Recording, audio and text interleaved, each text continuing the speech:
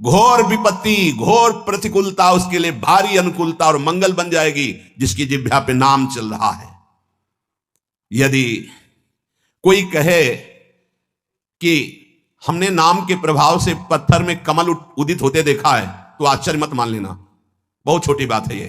कह रहे हैं यदि कोई तुम्हें ऐसा कह दे कि हमने देखा है पत्थर में कमल खिल गया, असंभव, तो तुम मान लेना कि वो नाम जापक ऐसा हो सकता है। नाम जापक कुछ भी कर सकता है, क्योंकि नाम में कर तुम अकर तुम अन्यथा सब सामर्थ्य विराजमान। जो बिल्कुल नहीं हो सकता वो भी हो सकता है, अन्यथा कर तुम। जैसे जहां सुई का धागा जाना छेद में बहुत कठिन होता है सुई के, वहां से अनंत ब्रह्मांड भगवान पार कर सकते हैं, और उन भगवान को अधीन करने वाला नाम है, सब ठीक हो जाएगा, सब कुछ हो सकता है। नाम की महिमा समझ करके ये तुम्हारे काम क्रोध लोभ मोह मद मत्सर ये सकुचा कर भाग जाएंगे, सामने नहीं आएंगे।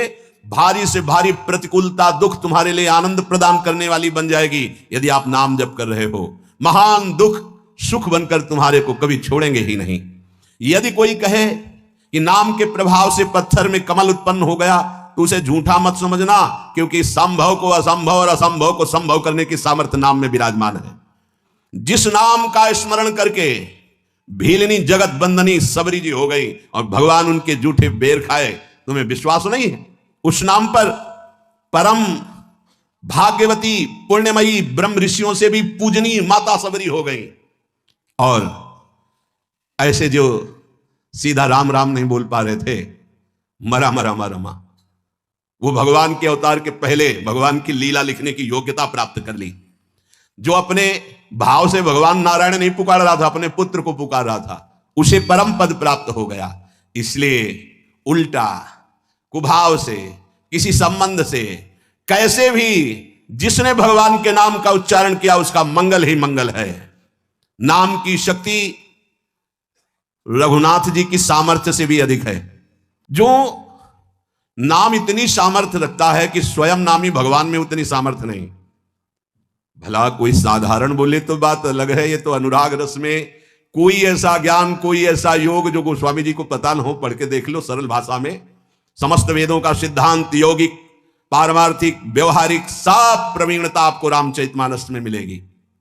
मलिन बुद्धि होने के कारण भले आप न समझ पाए, दोषारोपण करें, नहीं तो दिव्य वस्तु रामचरितमानस में सब प्रकाशित है। कह रहे हैं नाम की शक्ति रघुनाथ जी की शक्ति से भी अधिक है। ये बहुत बड़ी बात है। अपने स्वामी को लघु कह देना, ये नाम की शक्ति के सामने रघुनाथ जी की भी शक्ति नहीं। बोले क्यों, ऐसा कैसे, प्रमाण कैसे? बोले कोई नीच पामर अधम कोई भी पुकार के देख ले, रघुनाथ जी को आना पड़ेगा। देखो गए ना, चक्रवर्ती सम्राट महाराजा धीराज दशरथ जी के लाडले राजकुमार, अखिल कोटि ब्रह्मांडों के इस परात पर भगवान अगर इतना नहीं जानते हो तो इतना तो जान ले। दशरथ जी के लाडले, दशरथ जी हैं कौन? देवराज इंद्र भी आदर करता है, युद्ध में बुलाता है और विजय श्री दिलाते हैं दशरथ जी। वो सबरी के बेर खा रहे। चक्रवर्ती सम्राट राजा धीराज महाराज दशरथ जी के लाडले प्राणाधार सबरी के बेर खा रहे हैं झूठे, और वाह वाह कर रहे हैं। ये किसका चमत्कार है? नाम। नाम जब किया तो प्रभु आए, और प्रभु देख लो विवश होकर के आनंद मगन हो रहे हैं बेर में। बेर में कौन आनंद मगन होता है? भगवान उसके उच्छिष्ट बेरों को पा रहे। कहीं ये बेर कड़ुआ ना हो, कसैला ना हो, इसलिए सबरी मां चक के रघुनाथ जी के लिए।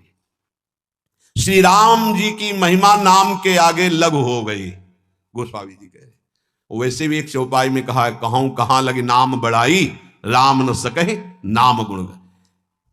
कोई ग्रामीण भोला भाला यदि नाम जप करने लगा तो समस्त शास्त्रों का ज्ञानी हो गया। वो असभ्यों को महात्मा बना दिया इस नाम ने, हिंसकों को जगत मंगल करने वाला बना दिया, पापियों को पुण्यात्मा बना दिया।